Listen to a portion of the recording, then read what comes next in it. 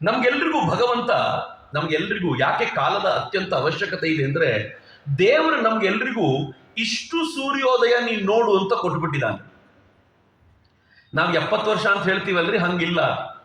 ಒಂದು ದಿನಕ್ಕೆ ಒಂದು ಸೂರ್ಯೋದಯ ಅಂತಾದ್ರೆ ಇಷ್ಟು ದಿನಗಳ ಸೂರ್ಯೋದಯ ನಿನಗೆ, ಇಷ್ಟು ಸೂರ್ಯೋದಯ ನಿನ್ನ ಭಾಗ್ಯದಲ್ಲಿ ಬರೆದಿದ್ದೀನಿ, ನೀನ್ ಏನ್ ಮಾಡ್ತೀಯ ಮಾಡ್ಕೊಂಡು ಬಿಟ್ಟಿದ್ದಾನೆ.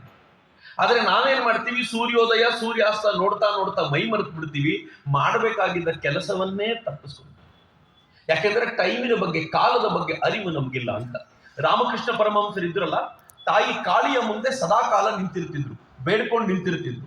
ಆಕೆಯ ದರ್ಶನಕ್ಕೋಸ್ಕರ ಹಾತೊರಿತಾ ಇದ್ರು.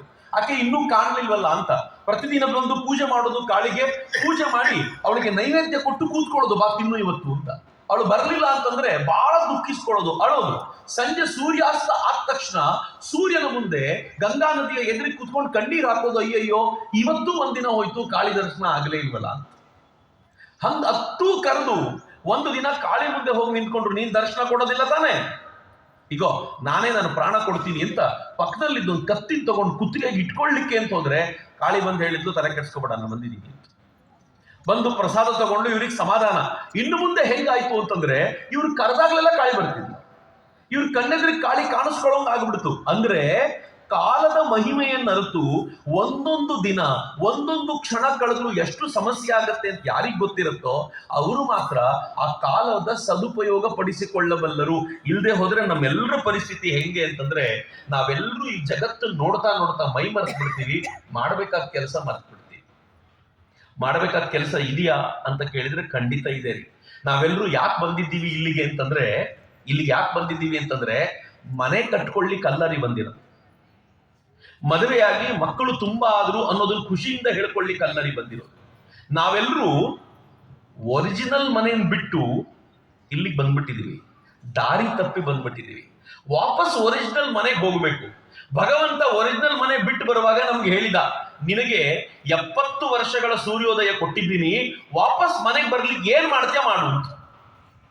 ನಮ್ಗೆ 70 ವರ್ಷ ಕಳೆದು ಹೋದ್ರು ಮನೆ ಹುಡುಕಬೇಕು ಅಂತ ನೆನಪಾಗಲ್ಲಲ್ರಿ, ಸುಮ್ಮನೆ ಅಲ್ರಿ ಇದು. ಬಹಳ ಚೆನ್ನಾಗಿದೆ. ನಾನು ಯಾವಾಗಲೂ ಯೋಚನೆ ಮಾಡ್ತಿರ್ತೀನಿ, ಹೆಂಗಿದೆ ಅಂತಂದ್ರೆ, ತಾಯಿ ಮಗುವನ್ನ ಕರ್ಕೊಂಡು ಜಾತ್ರೆಗೆ ಬರ್ತಾಳೆ, ಜಾತ್ರೆಗೆ ಮಗುನ ಹಿಡ್ಕೊಂಡು ಬಂದಿದ್ದಾಳೆ.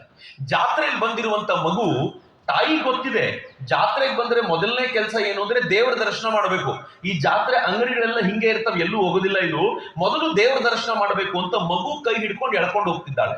ಆದ್ರೆ ಮಗುವಿಗೆ ದೇವರ ದರ್ಶನ ಬೇಕಿಲ್ಲ ರೀ, ಮಗುವಿಗೆ ಜಾತ್ರೆ ಆಟದ ಸಾಮಾನು ಬೇಕಿದೆ. ಅದಕ್ಕೆ ನಮ್ಮ ಅಮ್ಮಂಗೆ ಏನ್ ತಲೆ ಕೆಟ್ಟಿದೆ, ಎಳ್ಕೊಂಡು ಹೋಗ್ತಿದ್ದಾಳಲ್ಲ, ಇಲ್ಲಿ ನಿಜವಾಗ್ಲೂ ಎಲ್ಲ ಇದೆ ಅಂತ. ಹಂಗ ಅನ್ಕೊಂಡು ಮಗು ಏನ್ ಮಾಡುತ್ತೆ, ಈ ಅಮ್ಮನ ಸಹವಾಸ ಬೇಡ ಅಂತ ನಿಧಾನಕ್ಕೆ ಕೈ ಬಿಚ್ಕೊಂಡ್ಬಿಡ್ತು. ಜಾತ್ರೆಯಲ್ಲಿ ಕೈ ಬಿಚ್ಕೊಂಡು ತಾಯಿ ಗೊತ್ತಾಗ್ಲಿಲ್ಲ ಮಗು ಇರ್ಬೇಕು ಕೈಯಲ್ಲಿ ಅಂತ, ಹಂಗೆ ನಡ್ಕೊಂಡು ಹೋದ್ದು ದೇವಸ್ಥಾನದಲ್ಲಿ ದೇವರ ದರ್ಶನ ಪಡೆದ್ಮೇಲೆ ತಾಯಿಗೆ ಸಮಾಧಾನ ಆಯ್ತಪ್ಪ. ಆಗ ಗೊತ್ತಾಯ್ತು ಮಗು ಇಲ್ವಲ್ಲ. ಜಾತ್ರೆಯಲ್ಲಿ ಹುಡುಕಾಡಿದ್ಲು ಎಲ್ಲೂ ಮಗು ಕಾಣಲಿಲ್ಲ. ಆಮೇಲೆ ಏನ್ ಮಾಡಿದ್ದು, ಪೊಲೀಸ್ ಸ್ಟೇಷನ್ಗೆ ಹೋದ್ಲು. ಪೊಲೀಸ್ ಸ್ಟೇಷನ್ ಅಲ್ಲಿ ಅಡ್ರೆಸ್ ಬರೆದ್ಲು, ನನ್ನ ಮಗು ಇದೆ, ಹಿಂಗಿರುತ್ತೆ ಮಗು, ಈ ಮಗು ಬಂದ್ರೆ ನನ್ನ ಮನೆ ಇಂಥ ಜಾಗದಲ್ಲಿ ದಯವಿಟ್ಟು ತಲುಪಿಸಿ ಅಂತ ಹೇಳ್ಬಿಟ್ಟು ತನ್ನ ಊರಿಗೆ ಹೋದ್ಲು. ಹತ್ತು ಇನ್ನೇನ್ ಮಾಡ್ತಾಳೆ, ಊರಿಗೆ ಹೋದ್ಲು. ಈ ಮಗು ಏನ್ ಮಾಡ್ತು, ಬಲೂನ್ ಅಂಗಡಿ ಮುಂದೆ ನಿಂತ್ಕೊಳ್ತು, ಅಲ್ಲಿ ತಿಂಡಿ ಮುಂದೆ ನಿಂತ್ಕೊಳ್ತು, ತಿಂಡಿ ಕೆಳಗೆ ಬಿದ್ದಿದ್ದನ್ನು ತಿಂತು, ಹೊಟ್ಟೆ ಹಸಿದಾಗ ಬಲೂನ್ ನೋಡ್ಕೊಂಡು ಆನಂದದಿಂದ ಮೈ ಮರೆತು 3-4 ದಿನ ಆ ಪ್ರಪಂಚದಲ್ಲಿ ಕಳೆದು ಹೋಗಿ ತಾಯಿ ಮರೆತು ಹೋಗ್ಬಿಡ್ತು. 3 ದಿನ ಆದ್ಮೇಲೆ ಜಾತ್ರೆ ಮುಗಿತ್ರಿ, ಎಲ್ಲ ಅಂಗಡಿ ಹೋದ್ವ. ಈಗ ಏನ್ ಮಾಡ್ಬೇಕು ಮಗು, ಕಣ್ಣೀರ್ ಹಾಕ್ತು. ತಾನು ಯಾರು, ನನ್ನ ತಾಯಿ, ನನ್ನ ಮನೆಯಲ್ಲಿ ಏನೂ ನೆನಪಾಗ್ತಿಲ್ಲ, 3 ದಿನ ಜಾತ್ರೆಯಲ್ಲಿ ಕಳೆದು ಹೋಗ್ಬಿಟ್ಟಿದ್ಯಲ್ಲ ಅದು. ಆಮೇಲೆ ಏನ್ ಮಾಡ್ತು, ಅಲ್ಲೇ ಸ್ವಲ್ಪ ಕೂಲಿ ಮಾಡ್ಕೊಂಡಿತ್ತು, ಅಲ್ಲೇ ಏನೋ ಮಾಡ್ಕೊಂಡು ಹಂಗೆ ದೊಡ್ಡದಾಯ್ತು, ಅದ್ರ ಲೈಫ್ ಮುಗಿತು. ಕೊನೆಗೂ ತಾಯಿ ಸಿಗಲಿಲ್ಲ. ಯಾರ್ದೋ ಕತೆ ಅಲ್ರಿ ಇದ, ನಮ್ದೇ. ಭಗವಂತ ಕೈ ಹಿಡಿದು ಕರ್ಕೊಂಡು ಬಂದ, ನಾನ್ ನಿಂಗೆ ದೇವರ ದರ್ಶನ ಮಾಡಿ ವಾಪಸ್ ಕರ್ಕೊಂಡು ಹೋಗ್ತೀನಿ ಬಾ ಅಂತ. ನಾವ್ ಈ ಪ್ರಪಂಚ ನೋಡಿದ್ವಿ, ಏನ್ ಸುಂದರ ಈ ಪ್ರಪಂಚ, ಎಷ್ಟು ಸುಂದರವಾದ ಮನೆ, ಏನ್ ದೊಡ್ಡ ದೊಡ್ಡ ಬಿಲ್ಡಿಂಗು, ನಾನು ಇದನ್ನ ನೋಡ್ತೀನಿ ನೀವು ಹೋಗು ಅಂತ ಕಳಿಸಿದ್ವಿ ಅವನಿಗೆ. ದರ್ಶನ ಮಾಡ್ಕೊಂಡು ಅವನು ಹೋದ. ಹೋಗೋಕ್ಕಿಂತ ಮುಂಚೆ ಏನ್ ಮಾಡಿದ ಗೊತ್ತಾ, ಪೊಲೀಸ್ ಸ್ಟೇಷನ್ ಅಲ್ಲಿ ಅಡ್ರೆಸ್ ಬರ್ದ. ಪೊಲೀಸ್ ಸ್ಟೇಷನ್ ಅಂದ್ರೆ ಏನ್ ಗೊತ್ತೇನ್ರಿ, ಗುರುಗಳ ಸನ್ನಿಧಾನ ರೀ. ಗುರುಗಳ ಸನ್ನಿಧಾನದಲ್ಲಿ ಅಡ್ರೆಸ್ ಬರ್ದ, ಅಲ್ಲಿದೆ ನನ್ನ ಮನೆ, ನನ್ನ ಮಗು ತಪ್ಪಿಸ್ಕೊಂಡಿದೆ, ನಿನ್ ಹತ್ರ ಬಂದ್ರೆ ನನ್ನ ಹತ್ರ ಕಳಿಸ್ಕೊಡ್ತೀಯಾ ಅಂತ. ಗುರುಗಳು ಕಾದು ಬರ್ತಾರೆ ಅಂತ. ಆದ್ರೆ ನಾವಿಲ್ಲಿ ಮಗ್ನ ಆಗ್ಬಿಟ್ಟಿದೀವಲ್ಲ, ಈ ಪ್ರಪಂಚದಲ್ಲಿ ಕಳೆದೋಗ್ಬಿಟ್ಟಿದೀವಲ್ಲ. ಸೂರ್ಯೋದಯ ಆಯ್ತು, ಸೂರ್ಯಾಸ್ತ ಆಯ್ತು, ಸೂರ್ಯೋದಯ ಆಯ್ತು, ಸೂರ್ಯಾಸ್ತ, ಕಾಲ ಓಡ್ತಾನೆ ಇದೆ. ನಮ್ಗೆ ನೆನಪು ಆಗ್ಲಿಲ್ಲ ಅಮ್ಮನ ಮನೆಗೆ ವಾಪಸ್ ಹೋಗ್ಬೇಕು ಅಂತ. ನನ್ ಕರ್ಕೊಂಡ್ ಬಂದವನ್ ಯಾರೋ ಅವನ ಹತ್ರ ಹೋಗ್ಬೇಕು ಅಂತ ಗೊತ್ತಾಗ್ಲಿಲ್ಲ. ಕೆಲವು ಪುಣ್ಯವಂತರು ಮಾತ್ರ ಈ ಕಾಲದ ಸಂದರ್ಭದಲ್ಲಿ ತನ್ನ ಪರಿಸ್ಥಿತಿಯನ್ನು ಅರಿತುಕೊಂಡ್ರು. ನಾನು ಬಂದಿದ್ದು ಇದಕ್ಕೋಸ್ಕರ ಅಲ್ಲ ಅಂತ ಗೊತ್ತಾಗಿ ಗುರುಗಳ ಸನ್ನಿಧಾನಕ್ಕೆ ಬಂದು ಹಣೆ ಹಚ್ಚಿದ್ರಲ್ಲ. ಗುರುಗಳು ಹೇಳಿದ್ರು, ನಿನ್ನ ಅಡ್ರೆಸ್ ಏನ್ ಕಳ್ಕೊಂಡಿದ್ಯೋ ಅದ್ ನನ್ನ ಹತ್ರ ಇದೆ, ನಾನು ತಲುಪಿಸ್ತೀನಿ ನಿನಗೆ ಅಂತ ಭರವಸೆ ಕೊಟ್ಟು ನಮ್ಗೆಲ್ರಿಗೂ ಜೀವ ತುಂಬಿದ್ದವರು ಅಂತ. ಯಾರು ಇದನ್ನ ಅರ್ಥೈಸಿಕೊಂಡ್ರೋ ಅವನ್ ಬದುಕು ಸಾರ್ಥಕ. ನಾನು ಸಿದ್ದೇಶ್ವರಪ್ಪ ಅವ್ರನ್ನ ಅತ್ಯಂತ ಶ್ರೇಷ್ಠ ಗುರುಗಳ ಪಟ್ಟಿಯಲ್ಲಿ ನಿಲ್ಲಿಸೋದು ಯಾಕೆ ಅಂದ್ರೆ, ನಾನು ಅವ್ರನ್ನ ದೇವರ ಪಟ್ಟಿಯಲ್ಲೇ ಕೂರಿಸೋದು. ಬರೀ ಗುರುಗಳಷ್ಟೇ ಅಲ್ಲ, ಅವರು ದೇವರೇ, ಸಾಕ್ಷಾತ್ ಭಗವಂತನೇ.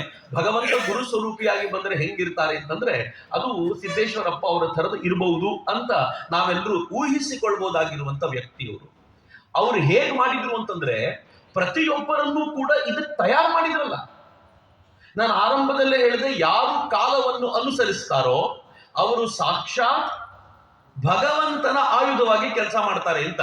ನಮ್ಮನ್ನು ರೆಡಿ ಮಾಡಿದ್ರೋ ಇಲ್ರಿ? ನಾನು ಸಿದ್ದೇಶ್ವರಪ್ಪ ಅವ್ರ ಕಾರ್ಯಕ್ರಮಕ್ಕೆ, ಈ ಬಿಜಾಪುರ ಅಲ್ರಿ, ನೀವು ಎಲ್ಲೆಲ್ಲ ಅವ್ರ ಕಾರ್ಯಕ್ರಮ ನಡೆದಿದ್ಯೋ ಅದರಲ್ಲಿ ನನ್ಗನ್ಸುತ್ತೆ ಒಂದು 10% ಕಾರ್ಯಕ್ರಮದಲ್ಲಿ ನಾನು ಹೋಗಿ ಮಾತಾಡಿದ್ದೀನಿ. ಅವ್ರು ಕರೆದಿದ್ದಾರೆ, ಬರ್ಬೇಕು ನೀನ್ ಮಾತನಾಡ್ಬೇಕು ಅಂತ. ಅಲ್ಲಿಗೆಲ್ಲ ಹೋಗಿದ್ದೀನಿ. ಹೋಗುವಾಗ ಹೆಂಗಿತ್ತು ಗೊತ್ತೇ ಜನ, 10,000 ಮಂದಿ. ಪ್ರತಿಯೊಬ್ರು ಬರೋರು ಯಾರು ಎದ್ದು ಹಂಗಂಗೆ ಬರ್ತಿರ್ಲಿಲ್ಲ. ಬೆಳಗ್ಗೆ 6 ಗಂಟೆ ಕಾರ್ಯಕ್ರಮಕ್ಕೆ, ಬೆಳಗ್ಗೆ 6 ಗಂಟೆಗೆ ಬರಬೇಕು ಅಂದ್ರೆ ದೂರದ ಹಳ್ಳಿಯಿಂದ 4 ಗಂಟೆಗೆ ಹೊರಡ್ಬೇಕ್ರಿ. 4 ಗಂಟೆಗೆ ಹೊರಟು 5-5:30 ಅಲ್ಲಿ ಬರಬೇಕು, ಮುಂದಿನ ಸಾಲು ಕೂತ್ಕೋಬೇಕು ಅಂತ ಅವ್ರಿಗೆ ಆಸೆ. ಅಪ್ಪ ಅವ್ರನ್ನ ಹತ್ತಿರದಿಂದ ನೋಡ್ಬೇಕು ಅಂತ. ಹಂಗ್ ಕುಂತವ್ರು ಹೆಂಗ್ ಬರ್ತಿದ್ರು ಗೊತ್ತೇನ್ರಿ? ಬೆಳಗ್ಗೆ 4 ಗಂಟೆಗೆ ಪೂಜೆ ಮುಗಿಸಿ ಬರ್ತಿದ್ರು. ಮುಖ ತೊಳೆದ ಬಂದವರಲ್ರಿ ಅವರೆಲ್ಲ, ಪೂಜೆ ಮುಗಿಸಿ ಬರ್ತಿದ್ರು. ಅಂದ್ರೆ ಅಪ್ಪ ಅವರು ತಾವಿದ್ದ 1 ತಿಂಗಳೋ 2 ತಿಂಗಳೋ ಜನರನ್ನ ಹೆಂಗ್ ಮಾಡ್ಬಿಟ್ಟಿದ್ರು ಅಂದ್ರೆ, ಭಗವಂತನ ಆಯುಧವಾಗುವಂತೆ ಮಾಡ್ಬಿಟ್ರಲ್ಲ ನಮ್ಮನ್ನ. ಗುರು ಮಾಡಬಹುದಾಗಿರುವಂತ ಶ್ರೇಷ್ಠ ಕೆಲಸ ಅದು ಅಂತ. ನಮ್ಗೆಲ್ಲ ಸಮಯ ಪ್ರಜ್ಞೆ ಹೆಂಗ್ ಅವ್ರು ಭಾಷಣ ಮಾಡ್ಲಿಲ್ಲ ಸಮಯ ಪ್ರಜ್ಞೆ ಬಗ್ಗೆ, ಆದ್ರೆ ಸಮಯ ಪ್ರಜ್ಞೆ ಹೆಂಗ್ ಕಲಿಸಿಕೊಟ್ರು ನಮ್ಗೆ ಅಂತಂದ್ರೆ, ದಾಟದೇ ಇರುವಂತೆ ನೋಡಿಕೊಂಡವರು ಸಿದ್ದೇಶ್ವರಪ್ಪ. ಎರಡನೇದು, ಅವ್ರು ಯಾವ್ದಾದ್ರು ಊರಿಗೆ ಹೋಗ್ಬೇಕಾದಾಗ ಸಮಯ ಅನ್ನೋದು ಏನು ಅಂತ ಸಿದ್ದೇಶ್ವರಪ್ಪ ಅವ್ರನ್ನ ಕಾರ್ಯಕ್ರಮಕ್ಕೆ ಕರೆದವ್ರಿಗೆ ಗೊತ್ತಿರುತ್ತೆ. ಬರ್ಬೇಕಿತ್ರಿ, ಇಲ್ಲಿಗೆ ಬಂದು ಹೇಳ್ಬೇಕು ನಮ್ಮೂರಿಗೆ ಒಂದು ಕಾರ್ಯಕ್ರಮಕ್ಕೆ ಬರ್ಬೇಕು ಅಂತ. ಅವ್ರು ಬರ್ತಿರ್ಲಿಲ್ಲ. ಅವ್ರು ಬರ್ಬೇಕು ಅಂದ್ರೆ ಎಷ್ಟೋ ಸಲ ಬರ್ಬೇಕು. ದೇವರು ಸುಲಭಕ್ಕೆ ಒಲಿಯೋದಿಲ್ಲ. ನಾನೊಂದು ಕಥೆ ಹೇಳ್ತೇನೆ. ಈ ಉಪನಿಷತ್ತಲ್ಲಿ ಒಂದು ಕಥೆ ಬರುತ್ತೆ. ಒಂದಿನ ಪ್ರಜಾಪತಿ ಹೇಳ್ತಾನೆ. ಏನ್ ಹೇಳ್ತಾನೆ ಅಂತಂದ್ರೆ, ನನಗೆ ಪರಬ್ರಹ್ಮ ಅಂದ್ರೆ ಏನು ಅಂತ ಗೊತ್ತಿದೆ. ಯಾರು ಪರಬ್ರಹ್ಮವನ್ನ ಒಲಿಸಿಕೊಳ್ತಾರೋ ಇಡೀ ಜಗತ್ತು ಅವನ ಕಾಲ್ಗುಣಕ್ಕೆ ಬಂದು ಬೀಳುತ್ತೆ ಅಂತ. ಚೆನ್ನಾಗಿದೆ ಮಾತು, ಕೇಳಕ್ ಚೆನ್ನಾಗಿದೆ. ನಮಗೂ ತಕ್ಷಣ ಅನ್ಸತ್ತವಾ, ಹಂಗಿದ್ರೆ ನನಗೂ ಗೊತ್ತಾಗ್ಬಿಟ್ಟಿದ್ರೆ ಎಷ್ಟು ಚೆನ್ನಾಗಿತ್ತು, ಎಷ್ಟು ಆಸ್ತಿ ಮಾಡ್ಬೋದಿತ್ತು. ಹಿಂಗೆ ರಾಕ್ಷಸರು ಮತ್ತು ದೇವರಿಗೂ ಟೆನ್ಷನ್ ಆಯ್ತು, ನಾವು ಹೋಗಿ ಅವನನ್ನು ಕೇಳಬೇಕು ಅಂತ. ದೇವರ ಕಡೆಯಿಂದ ಇಂದ್ರ ಬಂದ, ರಾಕ್ಷಸರ ಕಡೆಯಿಂದ ವಿರೋಚನ ಬಂದ. ಇಬ್ರು ಬಂದು ಪ್ರಜಾಪತಿಗೆ ನಮಸ್ಕಾರ ಮಾಡಿದ್ರು. ಅದೇನೋ ಪರಬ್ರಹ್ಮ ಅಂದ್ಯಲ್ಲ, ನಮ್ಗೆ ಹೇಳಲ್ಲ ಸ್ವಲ್ಪ. ಹಂಗಂದ ತಕ್ಷಣ ಪ್ರಜಾಪತಿಗಳು ಏನ್ ಹೇಳಿದ್ರಂತೆ ಗೊತ್ತಾ? ನನ್ನ ಹತ್ರ 32 ವರ್ಷ ಸೈಲೆಂಟಾಗಿ ಸೇವೆ ಮಾಡಿ 32 ವರ್ಷ ಕಳೆದ ಮೇಲೆ ನನ್ನ ಮನಸ್ಸಾದ್ರೆ ಹೇಳ್ತೀನಿ. 32 ವರ್ಷ ಸೇವೆ ಮಾಡಿದ್ಮೇಲೆ ಮನಸ್ಸಾದ್ರೆ ಹೇಳ್ತೀನಿ. ಏನ್ ಅರ್ಥ ಏನಂದ್ರೆ, ಹೇಳ್ತಾನೋ ಇಲ್ವೋ ಗ್ಯಾರಂಟಿ ಇಲ್ಲ. 32 ವರ್ಷ ಸೇವೆ ಮಾಡಬೇಕು. ಆದ್ರೆ ಒಬ್ಬರು ನೋಡಿ ಮತ್ತೊಬ್ರು ಸೇವೆ ಮಾಡ್ಲಿಕ್ಕೆ ಶುರು ಮಾಡಿ. ಇಂದ್ರ ಕಲ್ತ್ಕೊಂಡ್ಬಿಟ್ರೆ ತನಗ್ ಕಷ್ಟ ಅಂತ ವಿರೋಚನ ಕೆಲಸ ಮಾಡ್ದ. ವಿರೋಚನ ಕೆಲಸ ಮಾಡಿದ್ರೆ ನನಗ್ ಕಷ್ಟ ಅಂತ ಇಂದ್ರ ಕೆಲಸ ಮಾಡಿದ. ಇಬ್ರು ಸೇವೆ ಮಾಡಿದ್ರು. 32 ವರ್ಷ ಕಳೆದ ಮೇಲೆ ಪ್ರಜಾಪತಿ ಕರೆದು ಕೇಳಿದ್ರು, ಏನ್ ಬೇಕು ನಿಮ್ಗೆ? ಪರಬ್ರಹ್ಮ ಏನು? ಅವರಂದ್ರು ಪರಬ್ರಹ್ಮ ಏನು ಅಂದ್ರೆ ಆತ್ಮವೇ ಪರಬ್ರಹ್ಮ. ನೆಕ್ಸ್ಟ್ ಪ್ರಶ್ನೆ, ಆತ್ಮ ಏನು? ಅಲ್ಲಿ ಹೊರಗಡೆ ಒಂದು ಕೊಳ ಇದೆಯಲ್ಲ, ಈ ಕೊಳದಲ್ಲಿ ನಿಮ್ಮನ್ನ ನೋಡ್ಕೊಳ್ಳಿ, ಏನ್ ಕಾಣುತ್ತೋ ಅದೇ ಪರಬ್ರಹ್ಮ, ಹೋಗಿ. ಸಿಂಪಲ್. 32 ವರ್ಷ ಮುಂಚೆ ಹೇಳಬಾರ್ದಿತ್ತು ಇದನ್ನ. ಇಬ್ರು ಮುಖ ನೋಡಿಕೊಂಡ್ರು, ಚಂದ ಕಾಣುತ್ತೆ ಅಂತ, ಬಹಳ ಚಂದ ಇದೆ ದೇಹ ಅನ್ಕೊಂಡು ಇಬ್ರು ಹೊರಟ್ರು. ಈ ರಾಕ್ಷಸರಿಗೆ ಬಹಳ ಖುಷಿ ಆಯ್ತು, ಎಷ್ಟು ಸಿಂಪಲ್ ಇತ್ತಿದೆ. ಅವನು ಹೋದವನು ಏನ್ ಮಾಡಿದ, ಎಲ್ಲ ರಾಕ್ಷಸರಿಗೆ ಹೇಳ್ದ, ಇದೇನ್ ಕಾಣುತ್ತೋ ಇದೇ ಪರಬ್ರಹ್ಮ, ಇದನ್ನ ಚೆನ್ನಾಗಿ ಇಟ್ಕೋರಿ ಇಂದ.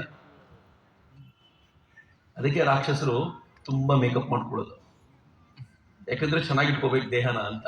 ಅದಕ್ಕೆ ಅವ್ರ ಬಟ್ಟೆ ಮೇಲೆ ತುಂಬಾ ಕಾಳಜಿ ಕೊಡೋದು, ನನ್ನ ಬಟ್ಟೆ ತುಂಬಾ ಚೆನ್ನಾಗಿರ್ಬೇಕು ಅಂತ. ಅದಕ್ಕೆ ಅವ್ರು ಎಷ್ಟರ ಮಟ್ಟಿಗೆ ದೇಹದ ಕಾಳಜಿ ಕೊಡ್ತಾರೆ ಅಂತಂದ್ರೆ ಇದೇ ಕೆಲಸ ಮಾಡೋದು. ಇಂದ್ರ ಹೋದ, ದೇವತೆಗಳ ಹತ್ರ ಹೋಗ್ಬೇಕು ಅಂದಾಗ ಒಂದು ಡೌಟ್ ಬಂತು ಅವನಿಗೆ. ಈ ದೇಹವನ್ನೇ ಪರಬ್ರಹ್ಮ ಅಂದ್ರಲ್ಲ, ಆದ್ರೆ ಈ ದೇಹ ಒಂದಲ್ಲ ಒಂದಿನ ಸಾಯುತ್ತಲ್ಲ. ಪರಬ್ರಹ್ಮ ಸಾಯುತ್ತೇನ್ರಿ ಹಂಗೆ? ಪರಮಾತ್ಮ ಸಾಯ್ತಾನೇನ್ರಿ? ಏನೋ ಅರ್ಥ ತಪ್ಪು ಮಾಡ್ಕೊಂಡಿದ್ದೀನಿ ನಾನು ಅಂತ ವಾಪಸ್ ಬಂದು ಹೇಳ್ದ, ಏನೋ ಪ್ರಾಬ್ಲಮ್ ಇದೆ, ನಾನು ತಿಳ್ಕೊಂಡಿದ್ದು ತಪ್ಪಿದೆ ಅಂತ ಅನ್ಸುತ್ತೆ ಅಂದಾಗ ಪ್ರಜಾಪತಿ ಖುಷಿ ಆಯ್ತು. ಕರೆಕ್ಟ್, ನೀನ್ ತಿಳ್ಕೊಂಡಿದ್ದು ತಪ್ಪಿದೆ, ನಾನು ನಿಂಗೆ ಬೇರೆ ಏನು ಅಂತ ಹೇಳ್ತೀನಿ, ಹೇಳು ಅಂದ್ರೆ 32 ವರ್ಷ ಕೆಲಸ ಮಾಡಿ ಮತ್ತು 32 ವರ್ಷ ಕುಂತ, ಮತ್ತು 32 ವರ್ಷ ಸೇವೆ. 32 ವರ್ಷ ಆದ್ಮೇಲೆ ಕರೆದ ಹೇಳ್ದ, ಕೆಲಸ ಮಾಡು, ಪರಬ್ರಹ್ಮ ಅಂತಂದ್ರೆ ನಿದ್ದೆಯಲ್ಲಿ ಏನ್ ಕಾಣುತ್ತಲ್ಲ ಅದು ಪರಬ್ರಹ್ಮ ಅಂತ. ಈಗ ಸ್ವಲ್ಪ ಸಮಾಧಾನ ಆಯ್ತು ಅವನಿಗೆ. ಕಣ್ ತೆಗೆದಾಗ ಕಾಣೋದು ಪರಬ್ರಹ್ಮ ಅಲ್ಲ ರೀ, ಕಣ್ಣು ಮುಚ್ಚಿದಾಗ ಕಾಣೋದು ಪರಬ್ರಹ್ಮ, ನಿದ್ದೆಯಲ್ಲಿ ಬೀಳುವಂತ ಕನಸು ಪರಬ್ರಹ್ಮ ಅಂತ ಹೋದವನು ಅರ್ಧಕ್ಕೆ ಹೋದ್ಮೇಲೆ ಮತ್ತೊಂದು ಡೌಟ್ ಬಂತಿರಿ ಅವನಿಗೆ. ಒಳ್ಳೆ ಕಥೆ ಆಯ್ತಲ್ಲ.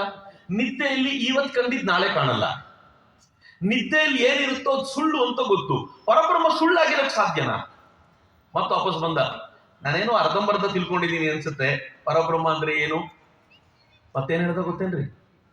32 ವರ್ಷ ಕೆಲಸ ಮಾಡುವಂತ. ನನ್ಗೆ ಈ ಕಥೆ ಓದುವಾಗ ಏನನ್ನಿಸ್ತಿತ್ತು ಗೊತ್ತಾ?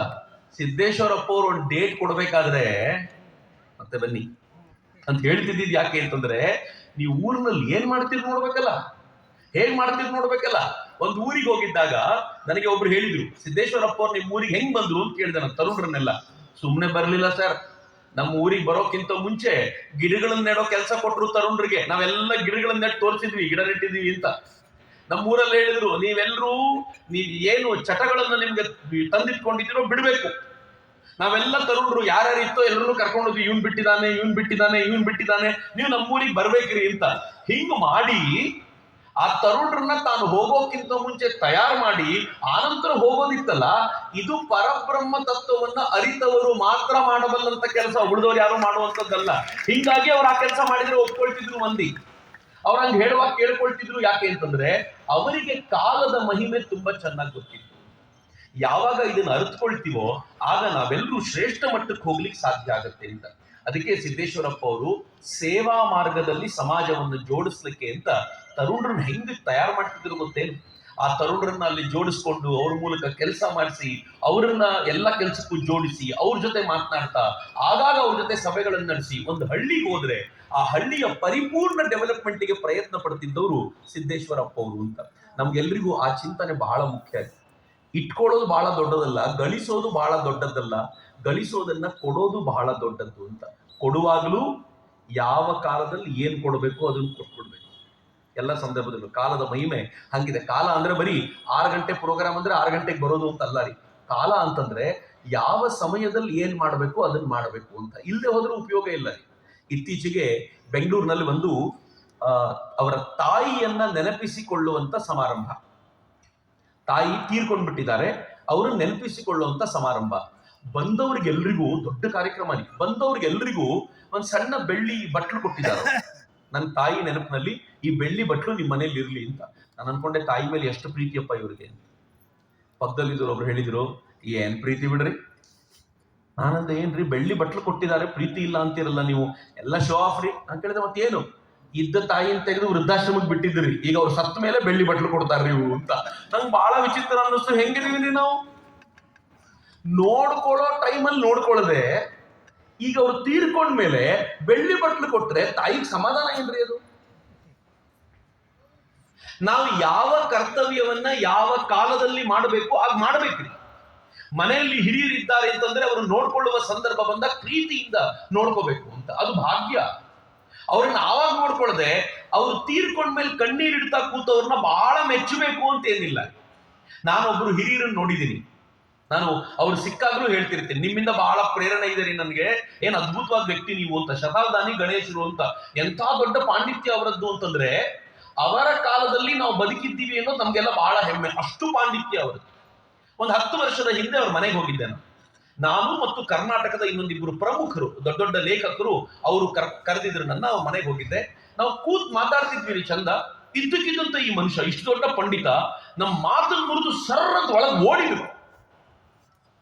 ನಾನು ಏನಾಯ್ತಪ್ಪ ಇವರಿಗೆ ಮಾತನ್ನು ಮುರಿದು ಓಡ್ತಾರಲ್ಲ ಅಂತ ಎಲ್ಲಿಗೆ ಹೋದ್ರು ಅಂತ ಬಗ್ಗಿ ನೋಡಿದೆ, ನೋಡಬಾರ್ದಂಗೆ. ಅದ್ರ ಬಗ್ಗಿ ನೋಡಿದೆ, ಏನ್ ಮಾಡ್ತಾರೆ ಅಂತ. ಇವ್ರು ಏನ್ ಮಾಡ್ತಿದ್ರು ಗೊತ್ತಾ? ಅವರ ತಾಯಿಗೆ ವಯಸ್ಸಾಗಿತ್ತು, ಹೇಳಿದ್ ನೆನಪಿರ್ತಿರ್ಲಿಲ್ಲ.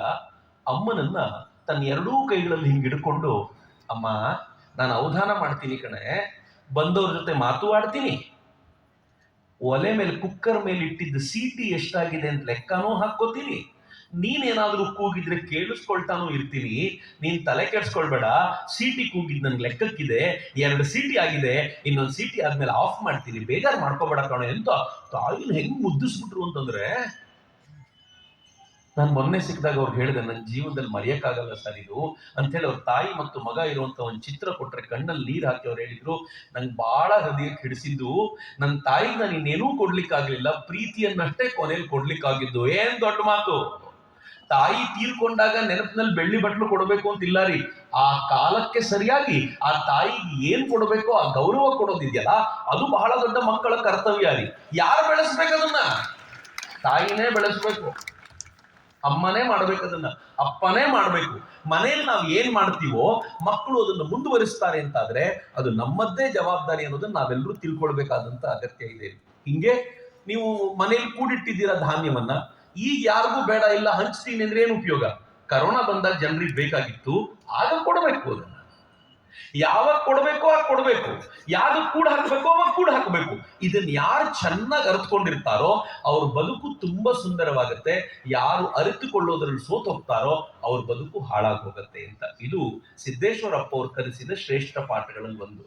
ಎರಡನೇದು, ಅವ್ರು ಯಾವಾಗ್ಲೂ ಹೇಳ್ತಿದ್ರು, ಇವತ್ತಿನ ವಿಚಾರಧಾರೆಗೆ ಅದನ್ನು ಸೇರಿಸಿದ್ದಾರೆ, ನಾವು ವ್ಯಸನ ಮುಕ್ತ ಸಮಾಜವನ್ನ ಕಟ್ಟಬೇಕು ಅಂತ. ನಮ್ಮ ದೇಶದ ತರುಣರನ್ನ ಹಿಂಡಿ ತಿಂತ ಇರೋದು ವ್ಯಸನಗಳೇ. ಎಷ್ಟರ ಮಟ್ಟಿಗೆ ಚಟಕ್ಕೆ ದಾಸರಾಗಿದ್ದಾರೆ ಅಂತಂದ್ರೆ, ನೀವೇನಾದ್ರೂ ಗುಟ್ಕಾ ಬಿಡಿ ಅಂತ ಯಾವ್ದಾದ್ರು ತರುಣನಿಗೆ ಹೇಳಿದ್ರೆ, ಬೇಕಿದ್ರೆ ನಿಮ್ಮನ್ ಬಿಡ್ತೀನಿ ಗುಟ್ಕಾ ಬಿಡಲ್ಲ ಅಂತ ಅವ್ರು ಬಿಟ್ಟು ಹೋಗ್ತಾರೆ. ಯಾರು ಪದೇ ಪದೇ ಗುಟ್ಕಾ ಬಗ್ಗೆ ಅವನ ಹತ್ರ ಮಾತಾಡ್ತಿರ್ತಾರೋ ಅವನ್ ಮಾತೇ ಕೇಳದಿಲ್ಲ, ಇನ್ಮೇಲೆ ನಾನು ನಿಮ್ಮ ಮಾತೇ ಕೇಳಲಿಕ್ಕೆ ಬರಲ್ಲ ಅಂತ. ಅಂದ್ರೆ ನನ್ನ ಆನಂದವನ್ನ ಹೊರಗಡೆ ಹುಡುಕೋದಿದೆಯಲ್ಲ, ಇದಕ್ಕಿಂತಲೂ ಕೆಟ್ಟ ಪದ್ಧತಿ ಮತ್ತೊಂದಿಲ್ಲ. ನಾವೆಲ್ಲರೂ ಕಲಿಸಿರೋದು, ನಮ್ಮ ತರುಣ ಪೀಳಿಗೆಗೆ ಚಟದ ದಾಸರಾಗಿರೋದಕ್ಕೆ ಕಾರಣ ಅವರಲ್ಲ, ಅವರ ಅಪ್ಪ ಅಮ್ಮ ಮತ್ತು ಪರಿಸರ. ನನ್ನ ಸಮಾಜ ಏನ್ ಹೇಳ್ತು, ಹಿಂದೂ ಸಮಾಜ ಏನ್ ಹೇಳ್ತು, ಭಾರತೀಯ ಸಮಾಜ ಏನ್ ಹೇಳ್ತು, ಸುಖಕ್ಕೆ ಬೇರೆಯನ್ನು ಹುಡುಕಬಾರದು, ಬೇರೆ ಏನನ್ನು ಹುಡುಕಬಾರದು ಅಂತ. ಅಂತರಂಗದಲ್ಲಿ ಸುಖ ಇದೆ ಅಂತ. ಕಣ್ಣು ಮುಚ್ಚಿಕೊಂಡು ಆನಂದವನ್ನು ಯಾರು ಕಾಣ್ತಾನೋ ಅವನಿಗಿಂತ ಸುಖಿ ಜಗತ್ನಲ್ಲಿ ಮತ್ತೊಬ್ಬರಿಲ್ಲ ರೀ. ಆದ್ರೆ ನಾವು ಮನೇಲಿ ಏನ್ ಮಾಡಿಟ್ಟಿದೀವಿ ಗೊತ್ತೇನು?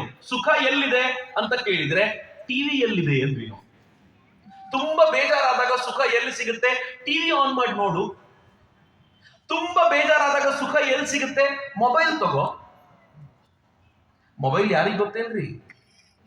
ಹುಟ್ಟಿ 1 ತಿಂಗಳಾಗಿರೋ ಮಗು ಕೈಯಲ್ಲಿ ಮೊಬೈಲ್ ಕೊಡ್ತಾರೆ.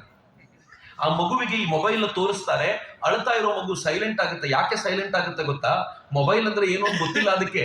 ಮೊಬೈಲ್ ಅಲ್ಲಿ ಚೇಂಜ್ ಆಗೋ ಕಲರ್ ಅನ್ನ ನೋಡ್ತಾ ನೋಡ್ತಾ ಅದು ಮೊಬೈಲ್ ಜೊತೆ ಒಂದಾಗುತ್ತೆ.